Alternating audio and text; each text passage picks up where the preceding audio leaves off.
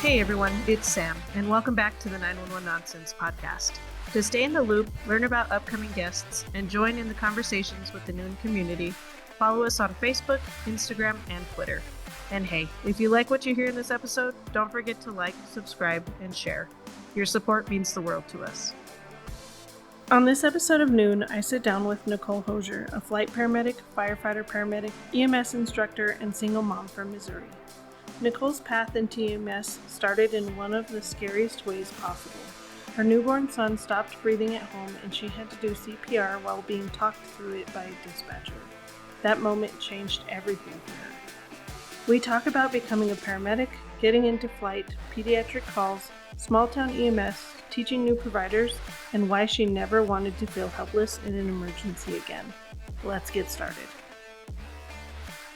All right, Nicole, thank you so much for joining us on Noon. How are you doing today? I'm great. How are you? I'm doing much better. Hopefully this recording works a little bit better. We had a little bit of a mess up earlier today, but it seems to be functioning better, so I think we're good. Can I go ahead and get a quick intro of who you are and what you do? I'm Nicole Hooser. I am a flight paramedic from Missouri.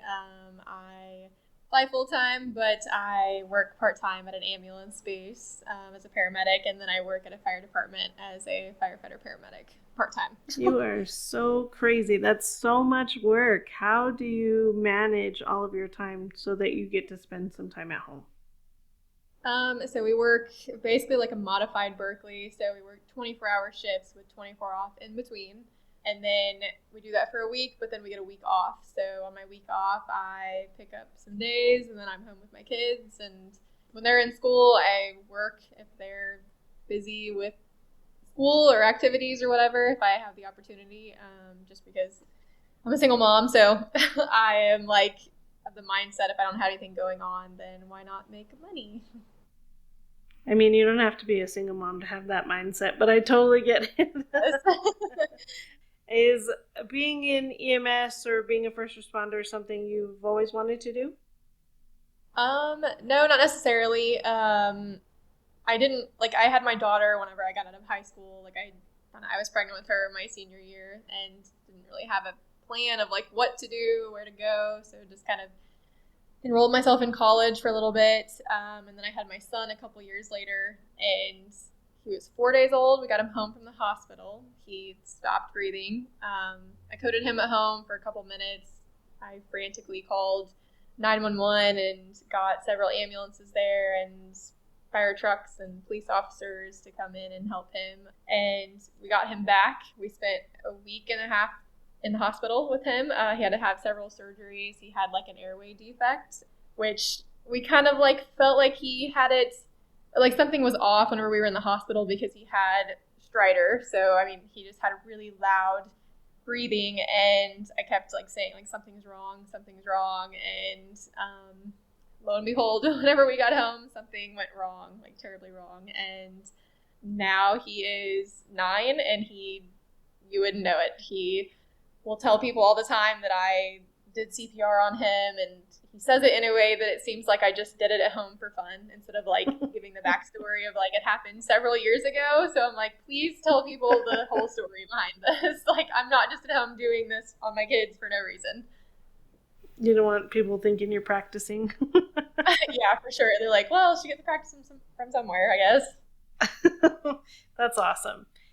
And so that obviously that scared you. That's scary for anybody, whether you're EMS or not. And that's really what prompted you. Had you done like a CPR class prior to that or anything? No, I had no practice or classes beforehand, like not even like a first aid class at all during high school or anything. So basically it was just the dispatcher walking me through it and hoping that I was doing it right. Like, my mind is blurry from that night, so I could have like been doing it completely wrong. But yeah, I mean, it worked. It worked, and that's what matters. Yeah, that's a scary situation to be in. I can't imagine taking instructions over the phone would be very easy, especially when they're telling you like how to place your hands, what to look for, how fast to go. Like that can all be very hard. Yeah, it was very stressful. I noticed something was wrong, but like, your brain doesn't allow you to like really process that something's wrong with your kid like in that moment.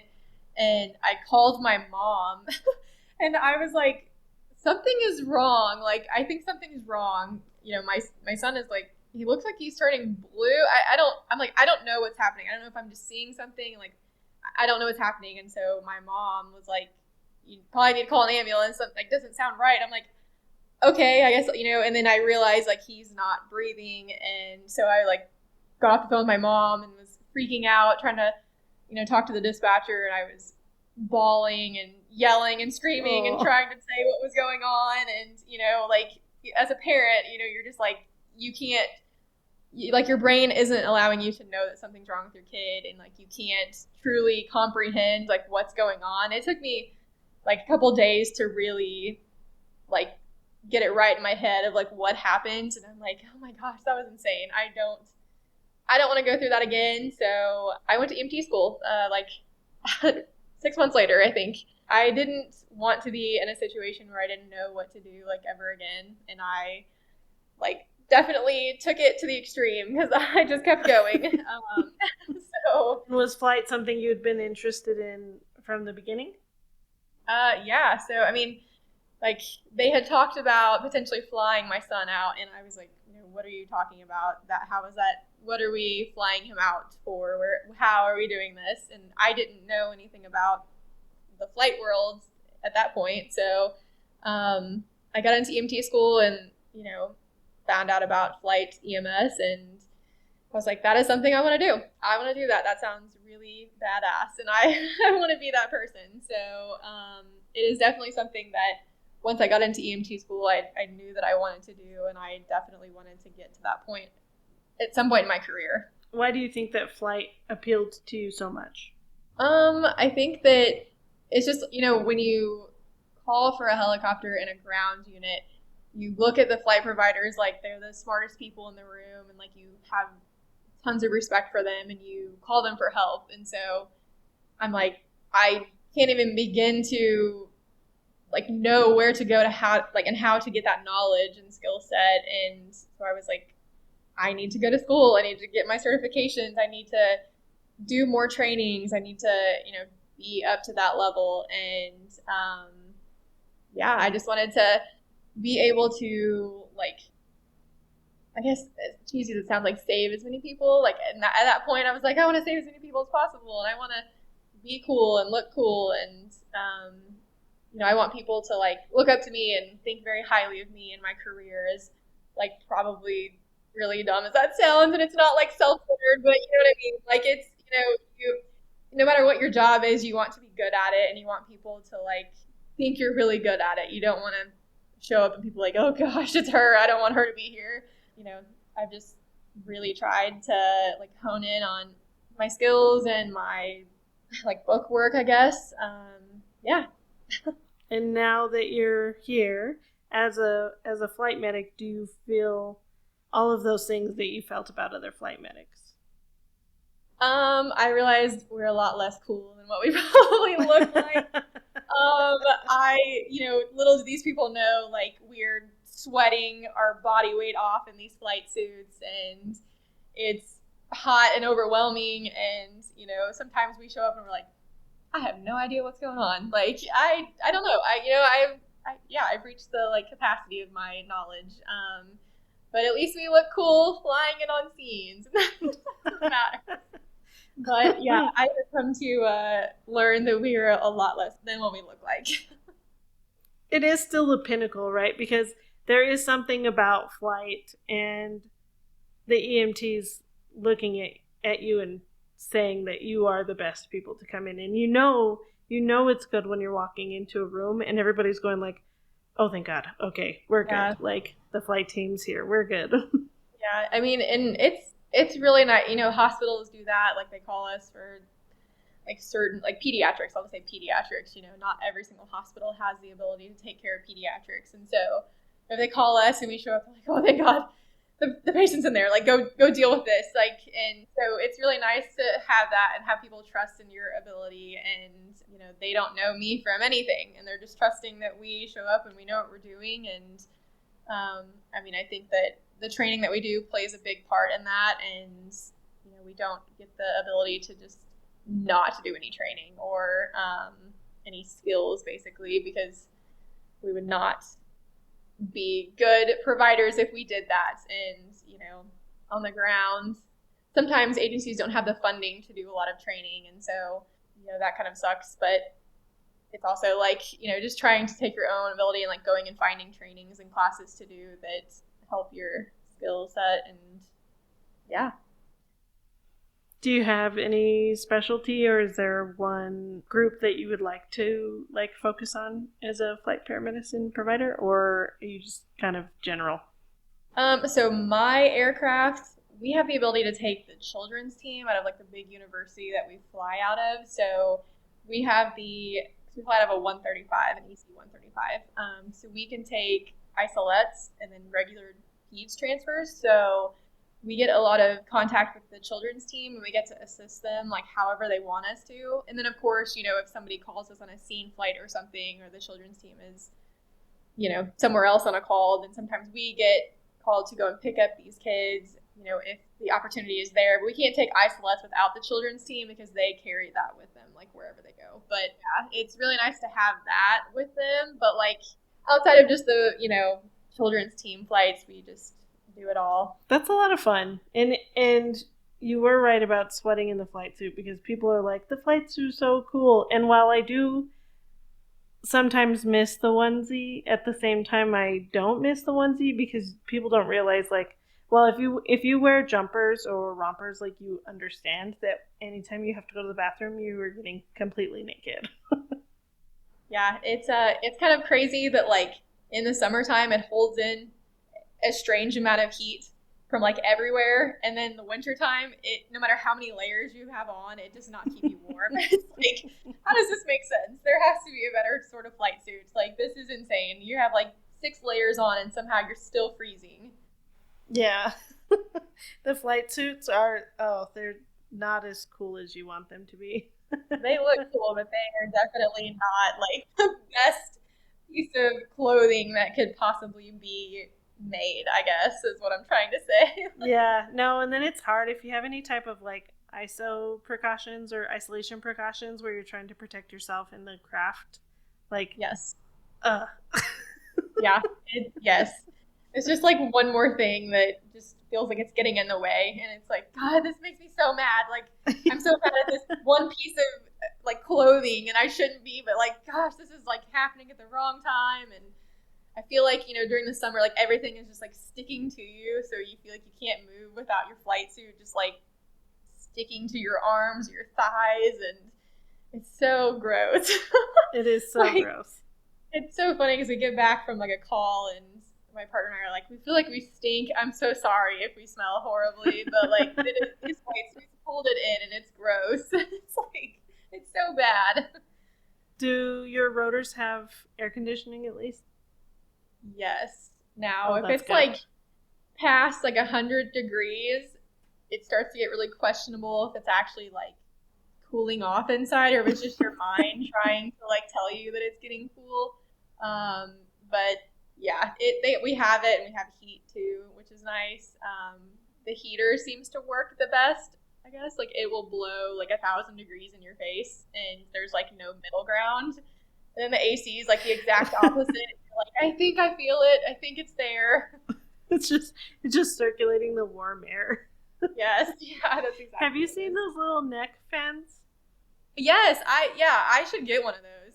You should. Actually, they're really nice. I work with, she has that in like, she has like lights, and I thought it was a fan, but it's lights, and I'm like, I mean, that's still really cool, but I've definitely seen the fans. I'm like, what if there's like a combination or something?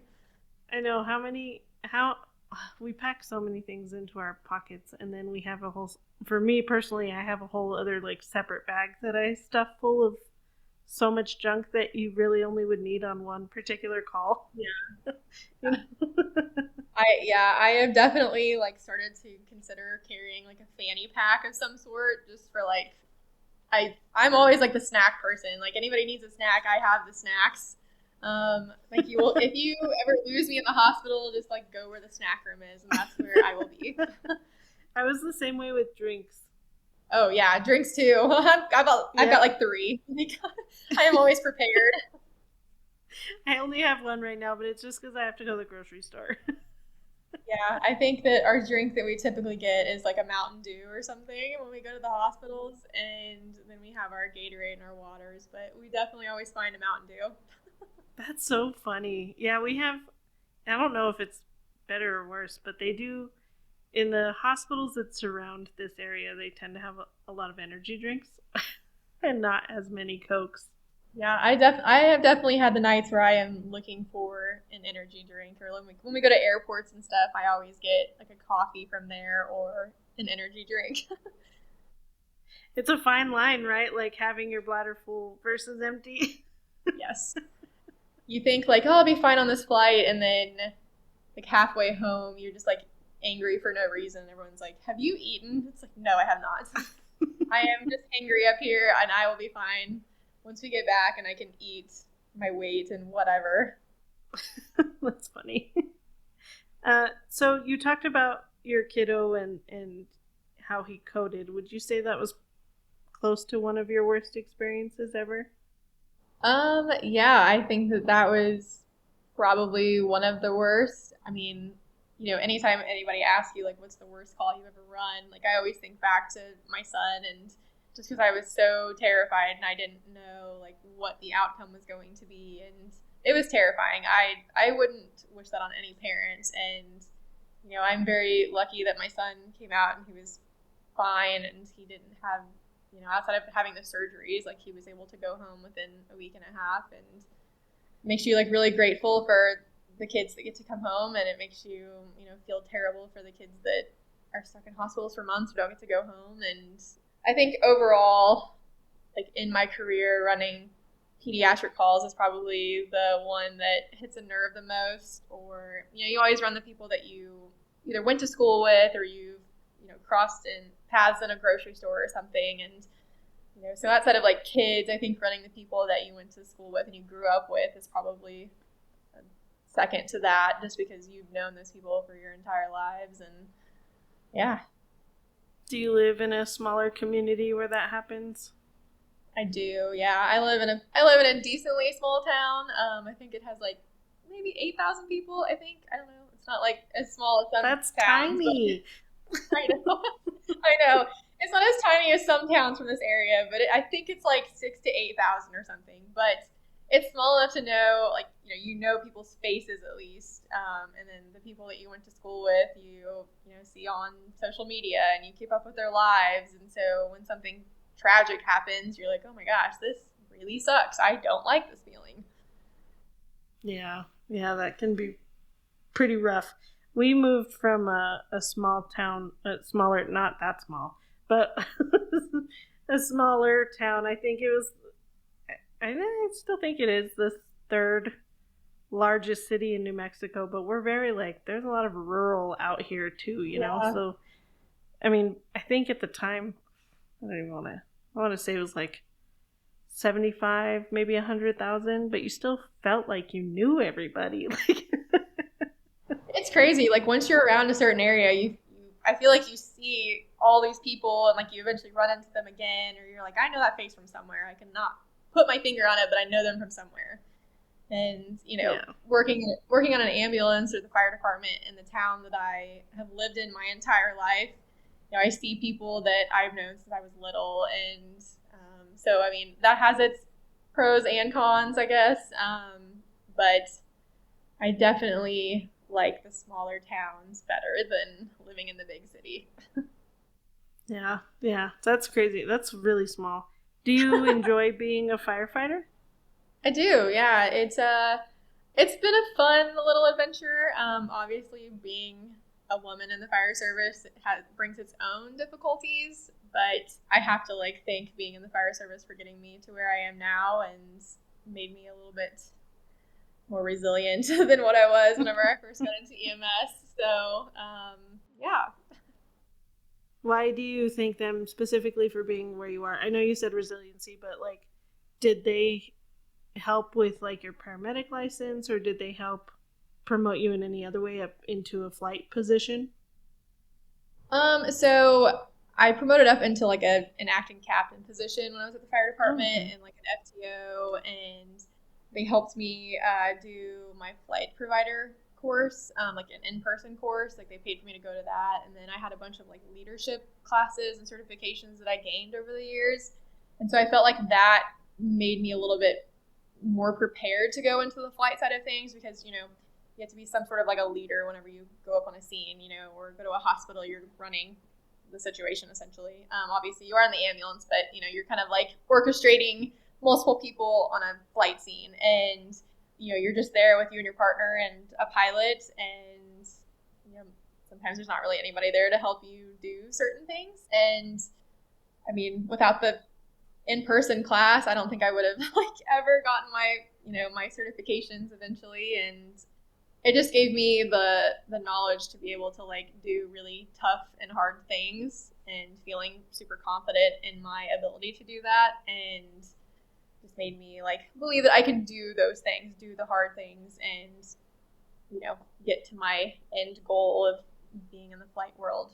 It's interesting that they paid or let you go through that course too, and that they covered it, because I feel like that's not a very standard thing. Was it based off of like an education fund, so like you could put it towards whatever you wanted to put it, and that's what you chose to, or did they specifically?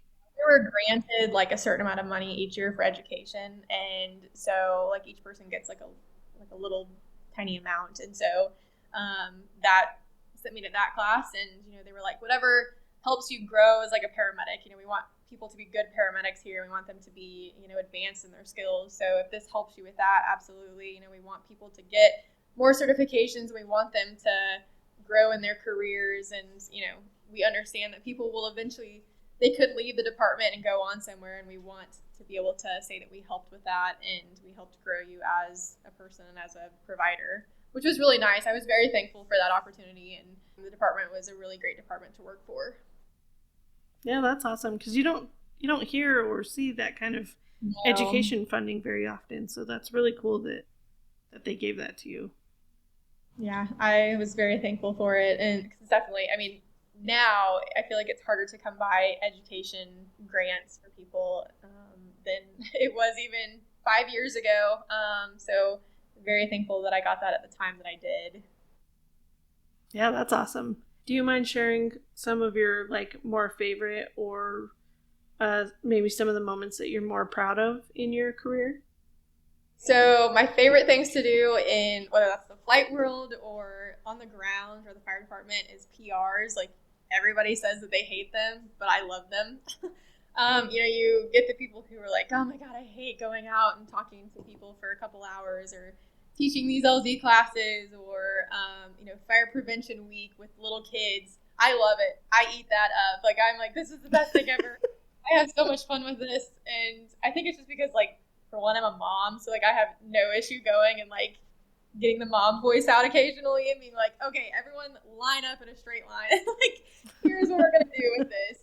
But I love flying in on PRs, too. Like, it's the best thing ever. And we have like little junior flight wing stickers that kids think is like the best thing in the world, and we'll like eventually stick one on our name tag or something, and we're like, yeah, this is our first day on the job kind of thing. Like, we don't know what we're doing. But I love PRs. I think it's a great way to get out and like make the public aware of the things that you do, and that we're there to help in whatever way that we can. And it's kind of like, I don't know if you've ever seen it on social media where people go and like record the fire trucks at grocery stores, and they're like, why are these people here? And these are taxpayers' dollars or whatever. And so like being able to go out and educate that like, hey, we have to go out and get food for our shifts, and like we're not just like hanging out, and so people have become more aware of that like we're going out for food, we're going out for, whatever. So that's a nice way to educate the public. And doing, public CPR classes I mean, had I been able to take a CPR class before I had my son, I mean, I definitely would have done that. But now, like we hold classes quite often for the public, and so I'm very thankful to get that out to the public, because obviously like CPR saves lives, and so educating people helps that, because nobody wants to be the parent who's on the phone with a dispatcher trying to be walked through CPR. So I love the opportunity to do that. Do you watch any true crime? Oh my God, yes. Okay, isn't it crazy how many people are like, no, I'm not going to do CPR? Yeah, yes. Yeah, I mean, crazy. like, you get like the dispatcher notes where it says, like, caller is refusing to do CPR. I'm like, oh my gosh. And like, obviously watching true crime, you're like, is there a reason why they're not doing CPR? Like, yeah, that's exactly what I go to. They're the reason. Yeah, I'm like, so they caused this and they don't want to do CPR. Okay, noted. To be fair, though, like, if I came up to, like, say somebody that was down on the sidewalk, and I knew that they're obviously expired, right? Yeah. Like, if I knew it was obvious, I would also refuse. Oh, yeah, for sure. I mean, I definitely would. Like, if somebody's been in the sun for, like, 12 hours or something, and they're obviously, I'm probably not going to do that.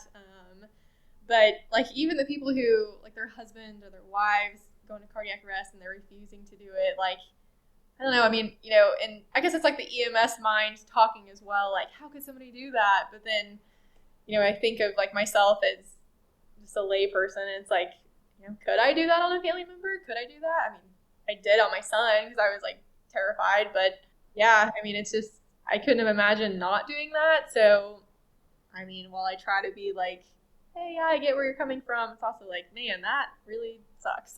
So, it does you suck. get there and then you have to, initiate chest compressions. And so, if there's a potential, though, that, like, if there's even just a little potential that it might save somebody's life, I'm all about it. Like, why are you refusing? You know what I mean?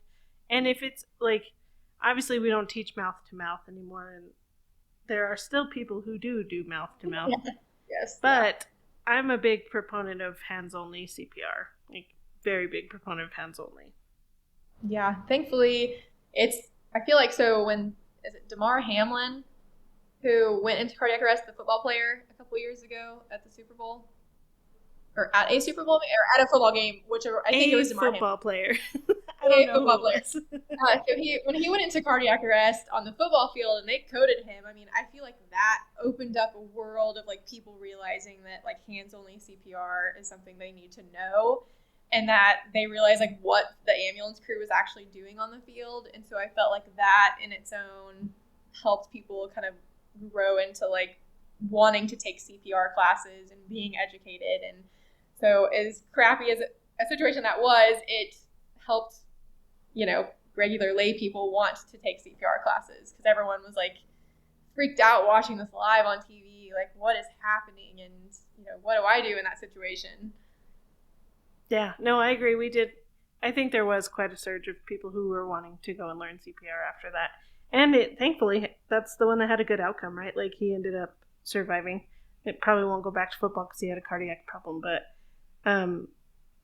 yeah, that was actually really cool to, like, sad, but also really cool to see. And how much recognition the EMS team did receive because of that.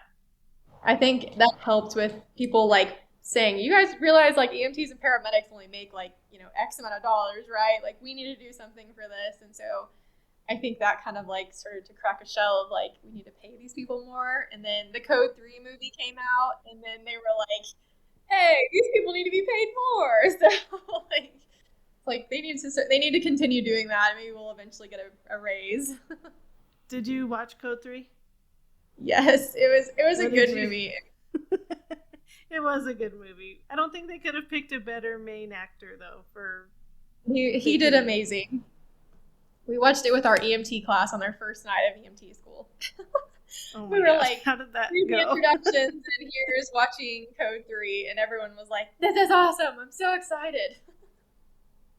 I was like, well, hopefully that stays and you continue being excited for this. That's so funny. Can you tell me what one of your more or most impactful moments in your career were? So I had this older lady. She was kind of like what we call a frequent flyer, but she was a great person. She would call for difficulty breathing, and we would go out there and like calm her down. And most of the time it was like her oxygen wasn't turned on or something. But I came out and I held her hand and like calmed her down and told her it's gonna be fine and we'll get through this and take some nice deep breaths. And then she eventually just like wanted to go to the hospital. So I held her hand the entire way to the hospital and talked to her and like got to know about her kids and what she's done with her life. And it was a great little easy run to the hospital. Well, then she bought pizza for my entire shift. Like when she got out of the hospital, like I think they showed up with like probably 8 pizzas. It was something insane. Like there was just leftover pizza for days. So, like all of the shifts got pizza.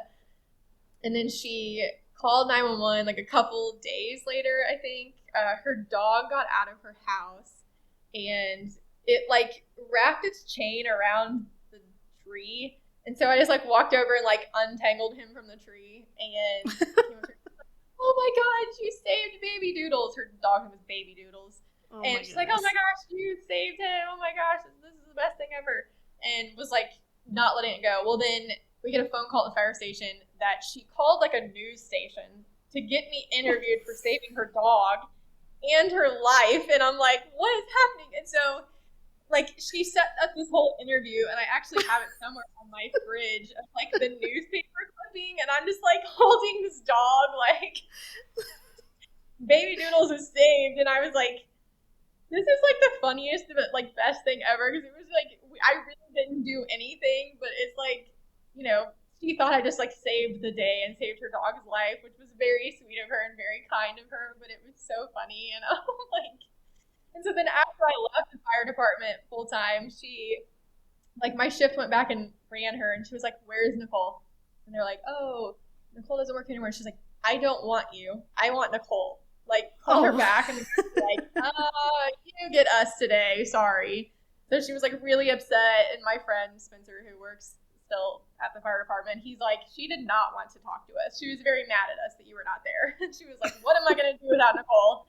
He's like, you're just going to you get the best, I guess. I don't know. Like, you just get us. You get second best, and that's it. Yes. Oh, well, that's very sweet. It's always nice when people recognize you for your hard work, even if it's not that hard. You know what I mean? Yes. It's, I was very thankful in that moment. And, like, I had a flight that we took. It was for, I think, like a 9-year-old. He was an anaphylaxis. Like, his parents, he ended up going to cardiac arrest on the side of the road. Parents coded him. We, like, intubated him, did all the things, flew him to a children's center. And, it was kind of like, what is going to be the outcome of this call? And, like, a couple weeks later, he was out of the hospital, and they actually came to the base and handed us, like, coins and, like, wrote us a letter and, like, saying, like, thank you for saving my life kind of thing, even though, like, the parents did the hard job. Like, they did compressions, and they called 911, and, they were just trying to get to the hospital initially, and then he went into cardiac arrest, and I was like, this is insane. But, like, I mean, that was very sweet of that kid and his family to do that, even though we didn't do the hard part. How cool, though, that you were able to have that moment with him, because we don't get that very often with patients. Oh, yeah. It was a really rough, it was one of those calls where, like, you're quiet on the way back, you're not saying anything, and then you get back, and you're like, I'm going to go in my room for a second. And I was, like, crying, and then I came back out, and I'm like, okay, all right, we're good. Just had to cry it out for a second. Like, hopefully this goes well. But, yeah, it was a good outcome. Not every call gets that, but it was a good outcome. And then, obviously, him coming to visit was great. It's also really good, too, that you got to have, like, that moment of peace when you got back to base, to be able to take that time to reflect and to, like, really get your emotions back into check, Thankfully, like, our company, if we have a hard call like that or just something that strikes a nerve that you're like, okay, I need a second, they have resources set up. Like, my program director, like, had like a crisis intervention team kind of. He had them on the phone and was like, hey, if you need to talk to these people, they're awaiting your phone call if you need to. So they had that set up even before we got back, which was, really great. And then they checked on us a couple days later, making sure that we're mentally okay and like we can, continue doing our job or if we need some time off. So at least they got it and they were very, understanding. And yeah, I couldn't be more thankful for that.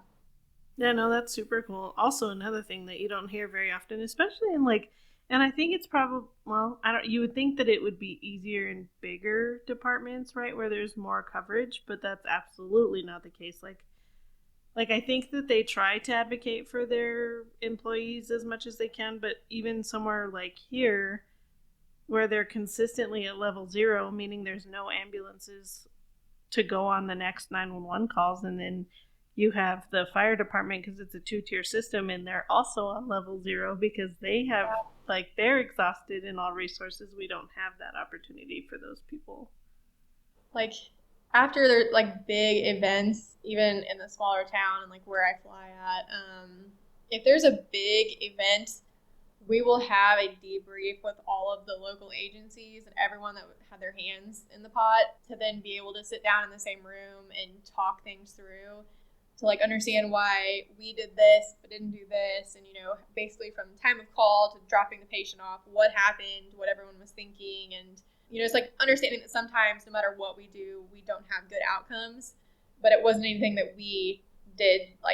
We tried everything that we could, and so I think that's a really great resource for everyone, because sometimes just sitting down in a room full of people that understand what happened and talking about the suck of the call helps you tremendously.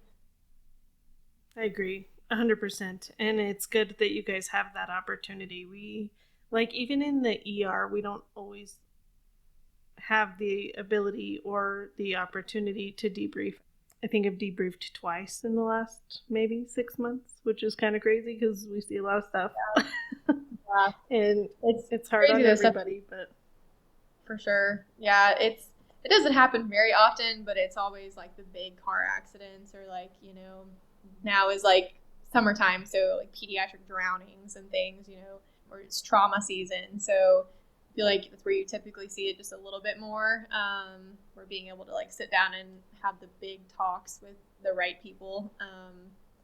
Sometimes you're just going back to the station and talking to your crew and just being very blunt and honest about how you feel and what could have went better. And I found that to be just as beneficial of just throwing it all out there in front of my crew and just talking and being near people that understand and they have the same emotions over it. I agree. I find it to be cathartic if you have people open to talking about it, having people, everybody, like you were saying earlier, how you get everybody involved. I think that's very cathartic for the individuals that were involved in the call. And I hope more people become more open to that, because that's how we heal and that's how we move on.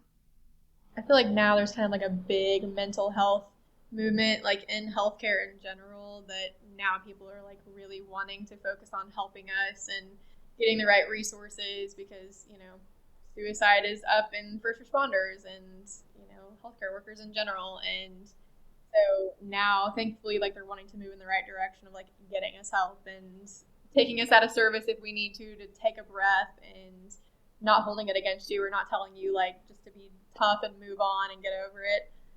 Thankfully, I think those days are kind of starting to be in the past. I agree. I think we are definitely moving in that right direction. It'll be a little while, and it's hard again for some departments who are very limited on staff, even the volunteer services. I don't know if you guys have volunteers out there, but services with only one truck available, you can't pull that one out of service and hope that a mutual aid is coming in. There's just no guarantee there's going to be a mutual aid. For sure, yeah. I feel sorry for the first responders who don't always get the opportunity to sit down and talk. And thankfully, if there is a big debrief and we have first responders, we do everything we can to accommodate them or come to them and have everyone just meet them where they're at. So it's, less of a risk of them getting called out or, being farther away from basically being the only people in town to cover the fire department. Yeah, it can be hard, but it can be done. You had talked a little bit about being an FTO. Is education something you feel pretty deeply about? Yeah. So I was an FTO, and now, I mean, obviously, I think I could train anybody who comes with me to fly. I've been doing it for a little over 2 years now, so I think after you get like your first year under the belt, they think you're like somewhat qualified to like train somebody. But I'm an EMS instructor, so I teach EMT and paramedic classes, and we do a couple EMT classes a year. And I love the opportunity to teach EMT students, and they come in all bright-eyed and bushy-tailed, ready to like take on EMS, and it's like you have no idea what you're getting yourself into, but I love you and support you. Like this is great. And paramedic students, like I try to help guide them in a way that I wasn't whenever I first got into EMS. Like when I got into EMS, it was like you're eating your young, like you either get it or you don't. We're not helping you. And I've tried to make sure that they know that like I'm always a phone call away if they need help. I'm there to do whatever I can to help their education, and I try to make it like a fun learning environment because I definitely did not have that, and I don't want these people to like already want to get out of EMS when they just like ended school. So yeah, I feel very strongly about it. I think that if you have a good education, then like start growing from, I feel like you can be a really good provider, and you know, feeling like you have somebody there who's got your back and like will support you and not just throw you to the wolves and expect for you to come out on the other end. Yeah, I think that's good. We definitely need more EMTs and more paramedics and not less because we're losing them at such a rapid pace. Understandably, right? Like the pay is not worth the pay, unfortunately, isn't worth the job, and we're just not in a place where EMS is accepted very well, I feel like. Yeah, I mean, it sucks so bad. You get the students who like may go to a certain department and they had a bad experience or they were treated poorly, and it's like, please don't let this one time ruin your ability to want to continue on. And the first year being a medic is like the hardest thing ever. You are typically you get like 48 hours or like a week or two on your third rider shifts, and then you're thrown by yourself. Depending on the service, you may just get like 12 or 24 hours, and then you're just there because they're short staffed, and it's scary. I remember I just got my state license, and I ran a call like an hour later, and I was leading the call, and my partner, who's like my FTO, was like up front, like, you're doing great. Like it was a STEMI. He like looked at me and was like, "Good luck. I'll see you at the hospital." Like closed the back doors. I'm like, "Wait, what?" And we got to the hospital, and like my face was so red, and my chest was like all red. It was like I had hives because I was so scared, and so like oh my god, I was not well. And he opened the doors. He's like, "Are you okay?" I'm like, "Yeah, I'm really nervous. I'm really scared. There's a lot going on." He's like, "You look like you were having an allergic reaction to something." I'm like, "Just nerves, I guess." Wait. That's rough. Yeah, it sucks. Like but unfortunately, that's the way that it is sometimes. And so like getting thrown into that environment and like really hoping they don't get burnt out and something bad doesn't happen to where it like makes them want to quit entirely. I mean, it's just a gamble, I guess, departments are trying to make. It is. It is a gamble. That's such a great way of putting it. Because you said maybe they'll get 24, 48 hours. Sometimes they don't even get that orientation depending on how short staffed they are for the day or for the week or whatever. Oh, that's scary. Yes, yeah, it was very scary. Like I had every single like crazy call thrown at me in the first 2 weeks of being a medic. Like, and it was like a full moon. It was Halloween weekend. Like it was like the worst timing for me to become a paramedic. And I think I intubated my first patient like I think 2 weeks into being a paramedic. I was so scared that when I had the blade in my hand, I was shaking. Oh my And goodness. my partner's like, "You're doing great. You're doing a great job. Like we're doing it." And I'm like, "I'm not doing a great job. I'm scared." I'm like, "I know this person needs it, but I'm like freaking out." And yeah, like the flight crew that was there helping me because I called for a helicopter, they were like, "We'll let you tube this patient." I'm like, "Oh god, no, I don't think you want to. I don't think that." Sure. And so I'm like, I have the blade in, and I'm like trying to tube this patient, and I was taking a little bit longer because I was also really nervous. So like my eyes were like looking at everything, but I couldn't comprehend what I was looking at. And I was like, oh God. And I was like trying. And I remember the flight medic, Karen put his hand on my arm and was like, "You're doing great." I was like, "Okay, thanks." And like, I'm continuing. And he's like, "Okay, patient's starting to brady. The patient's bradying down. Okay, you're doing good." And I'm like, "I got it. I think I got it. I think I got it." And he's like trying to be so supportive, but also like, hurry up. And I'm like, oh my, I think of that. I get so embarrassed because I'm like, man, I was such a dumb paramedic thinking that like I was doing it. I was like, yeah, everything's great. Meanwhile, I'm like in the airway for way longer. I'm like, oh gosh. But also like you have to learn at some point, I guess. And you do. Yeah, that was that was an interesting moment of my career. I guess this is my first 2 weeks. I love that. Well, and you're still doing it, so it didn't scare you too bad.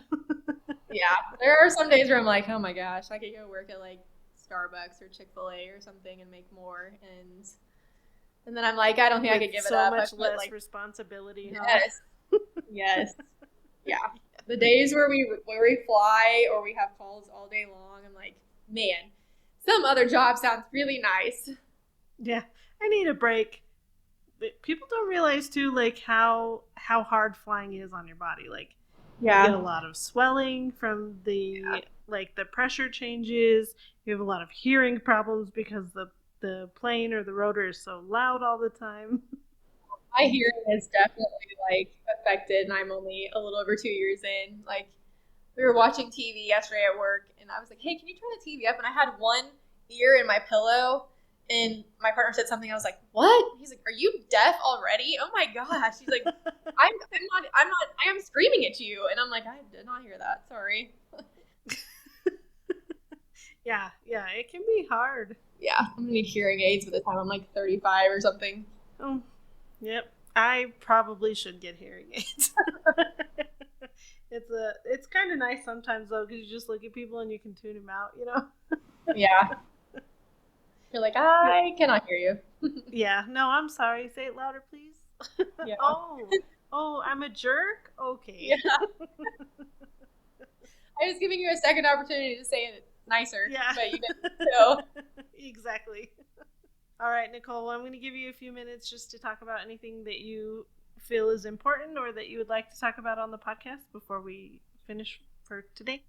Well, I have a couple different social medias. I have a Facebook and an Instagram page. I'm under Nicole Camp because I'm lazy and I haven't changed my name back to my maiden name. So, and it's too much work. It's too much work for like a girl. But so I'm just too lazy and I haven't. You can find me teaching for Foam Frat. I teach for Foam Frat like part-time. I write blogs for them. So you can go on and find a couple of my blogs. I occasionally teach live classes. I'm like the person who teaches pretty much the OB classes occasionally. Got a GCS Lesson 8 blog and a placental abruption blog, which they got really good feedback. So I'm super proud of those. Like we talked about earlier, CPR, do CPR classes, teach people all the things, and like we just talked about, Entitle is the golden standard. So make sure you use that. That's my like in saying to this. Entitle, use Entitle. I actually just like pounding this into my medic students' heads the other day. I was like, Entitle, use Entitle, please. Do not forget it. Don't be the medic who doesn't use it. Do it. Just use Entitle. I've been doing this long enough that I remember before Entitle, so it's Entitle crazy. Like wasn't really a big thing whenever I became a medic, and it has greatly changed since getting into EMS. And we can get so much information off of it. Like so much information. It's such a great tool that can be utilized so well when it's utilized. I think you lied to me at the beginning of the podcast because you told me you only had 3 jobs and it sounds like you have like 15. So I need you to chill out. I know. I'm sure that like the list will just keep going, and it's just like I love getting the opportunity to get out and like teach anything, and maybe one of these days I'll like make more money at one job and not have 5. You know what the answer is? Become a nurse. Yeah, I was gonna say become a nurse, change careers, or something. Like, gosh, I went into the wrong career field. I should have been a nurse. I know. We all end up doing it anyways. You should just do Yeah. it sooner rather than later. Oh, that's so rough. It's so true, though. All right, Nicole. Well, I appreciate you so much for coming out onto the 911 Nonsense podcast. It has been a phenomenal conversation, and I appreciate your time today. Yeah, thank you very much for having me on. I enjoyed it. It was fun. Thank you so much, and I hope you have a good rest of your day. Yeah, you too. Thanks for tuning in. If you're enjoying the show and want to show your support, be sure to check out the new merch store on Bonfire. Find the link in the description below. Also, if you have any guest suggestions or if you're interested in being a guest on Noon yourself, visit the website at www.samspursuit.com to get in touch.